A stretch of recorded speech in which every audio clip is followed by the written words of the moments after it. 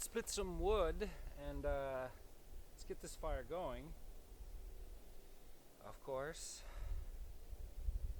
get some coffee. I got those plastic coffee. My God, this camping coffee is disgusting. I got the taste of the plastic. GMO, MSG. Let's do this. Get the fire going. Gotta get some birch bark. Okay.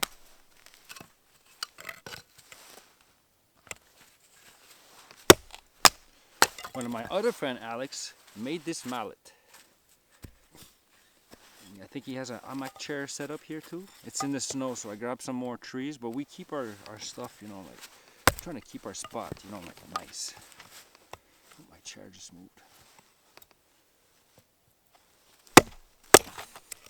Okay, when you're batoning, press your hand side down. As you put pressure, it's gonna help split. Now, a little bit the same principle as I just showed you. When you're doing feather sticks, you move an angle like this. So once you're down here, you move to that next angle, so you can grab different parts of the wood that you're working on. So now I'm grabbing the inner part right here. There you go. I have this in the way. Hold on. Hold it really strong. Don't hold the knife too weak.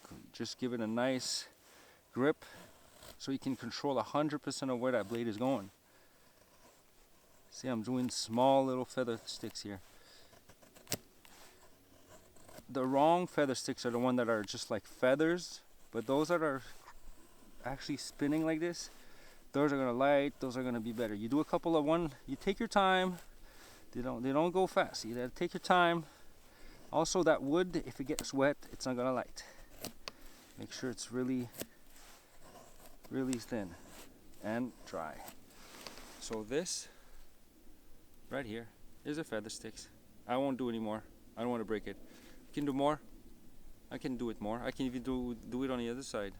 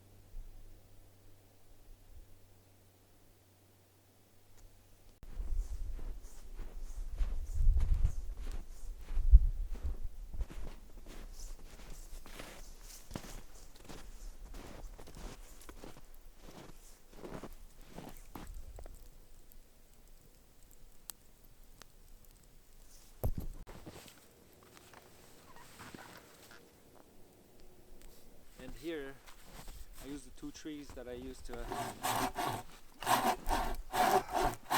cut the tree, and as you can see, you can do this quite easily, but you have to make sure the end is sticking in the snow pretty much as much as you can, as far as you can. Now you can cut it really easy.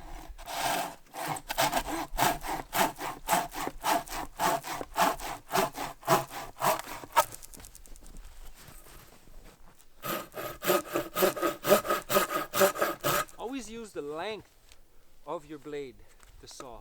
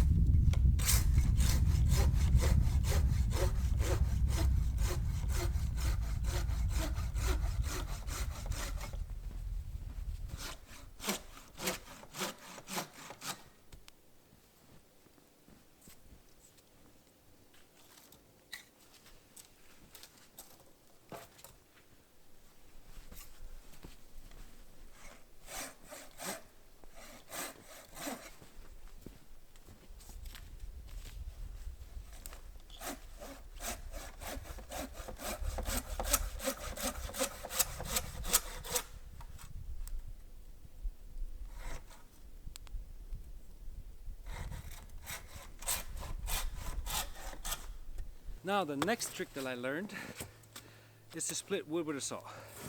So we're gonna saw this diameter up to the half of it's this wood here. The half of this is the diameter. Does it look good? Yeah, a bit more maybe. One more. Then we're gonna chop it here.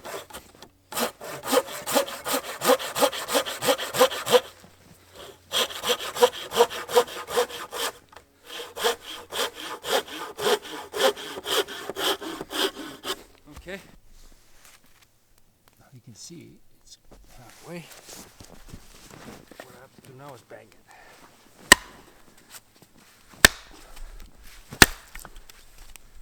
And it will start splitting along other places, but you see I just split the wood. Maybe there's a crack, it's gonna start splitting elsewhere. This is at least a split, so you can use a smaller knife. Now you can split this with a smaller knife.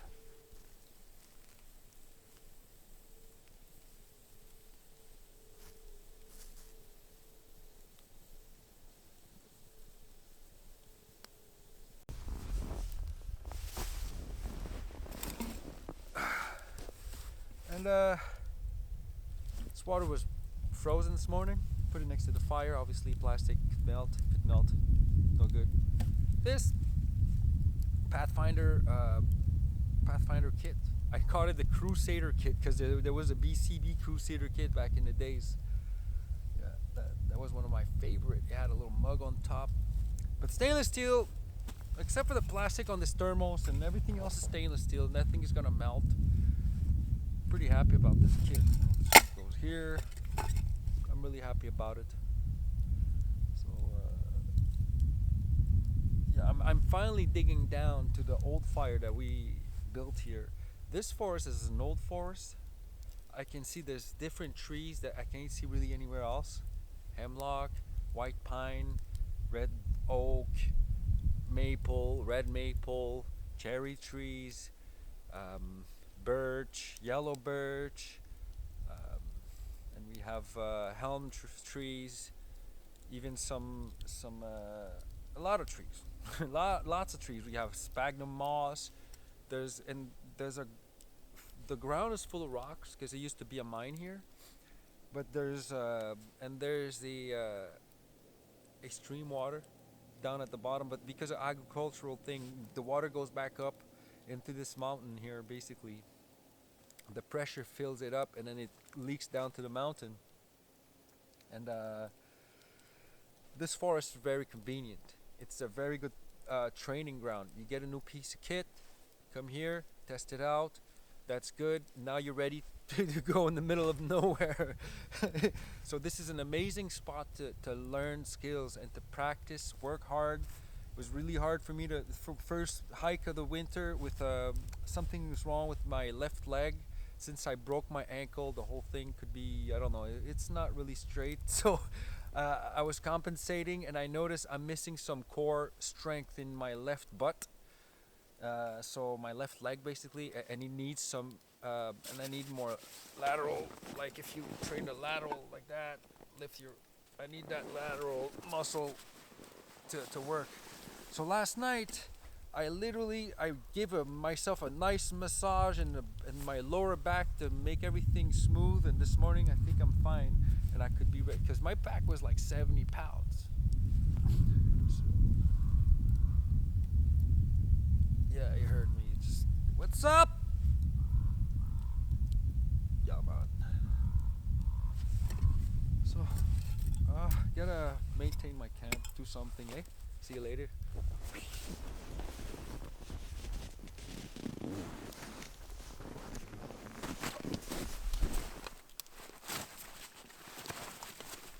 Tight fit.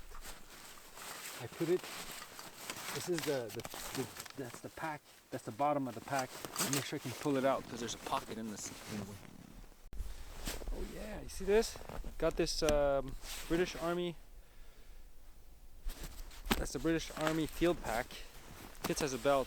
There's a buckle clip that just clips on each D-ring here. But I put my own belt because I forgot one of the parts. I can't find it anyways. So there's a nice buckle and it dangles too much. So I used my paracord safety I made a belt out of it because it was the plan. And I can tell you, I can put like 10-20 pounds in water bottle, tools, like everything is in here. It's amazing. It's amazing. I'm always busy. I always do stuff, you know, I always keep myself busy. Field pack. I like it a lot. It's really nice. Because I tried running with the waist pouch from the Molly bag, the Rifleman 3D Molly bag, and that waist pouch just and this, if I run, and it literally kind of stays out of the way.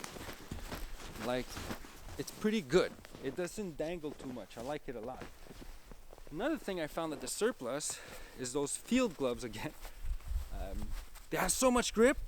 Canadian Army, the grip on this is amazing.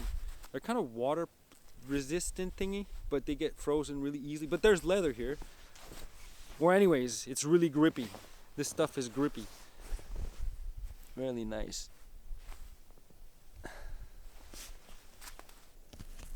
So here's the tent. USMC, USGI. 2 men. 2 men. Tent.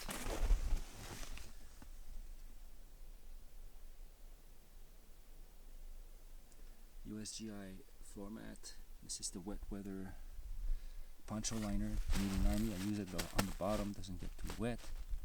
This Canadian Army wool blanket. Dragonfly.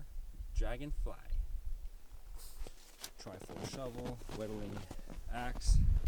Pretty much bushcraft stuff. I keep her a long time. I made this chair.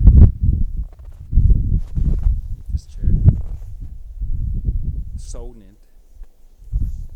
So here's the relax part.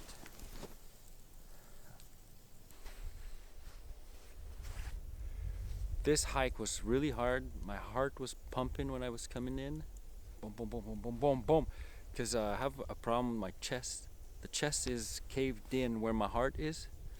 So I could literally like grab my ribs and pull up because there's a hole here basically. This is the problem with me. And when the pack is compressing, my heart starts pumping and I get sweaty as hell. So I just, every time, and it kind of hurt my back. It was the first backpacking trip I did the year since a while. So got the back tenderized last night. Used my fist and just like leaned down on it to just make everything loose in my lower back, and everything is better now. You can see I didn't really work too hard to set that up. Actually, it's really easy as long as it's really tensioned and high enough. You'll see it's high enough. It's pretty cool. And then you can peg all the sides, and it's the same width of the wet weather poncho liner. So that's a good thing.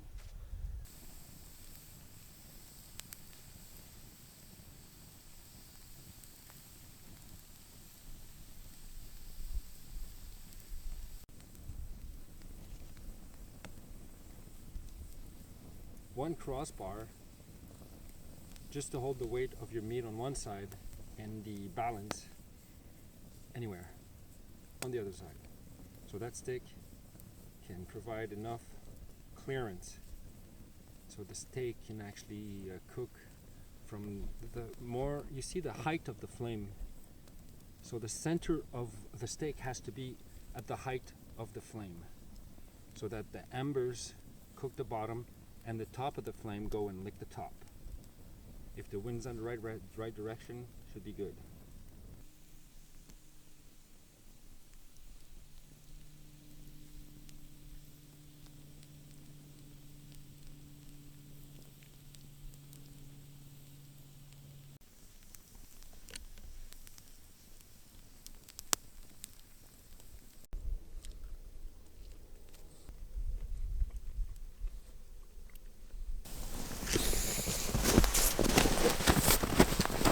Some tea.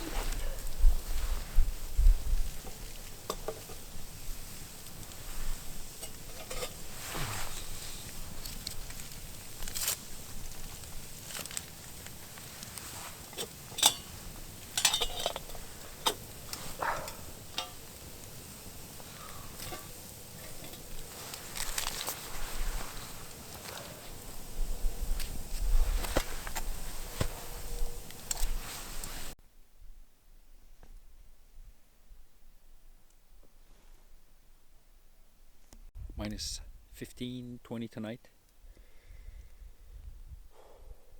I gotta keep all my batteries in my pockets. That's why my videos were stopping all the time.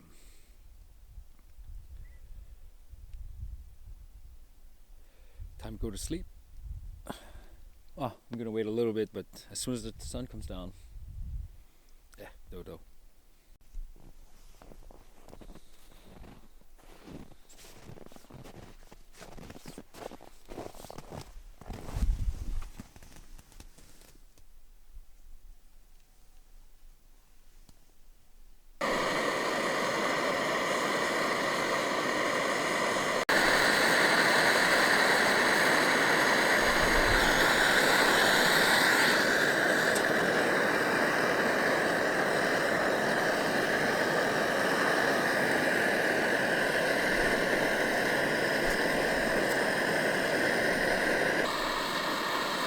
It's kind of warming up, but I don't want too much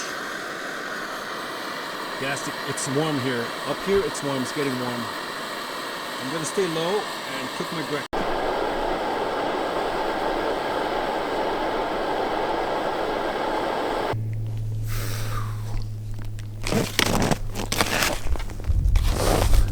Sunshine.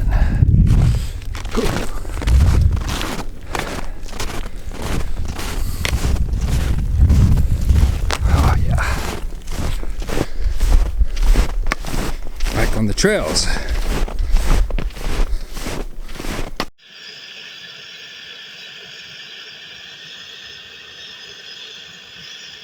You're going to reveal our position. Close the light.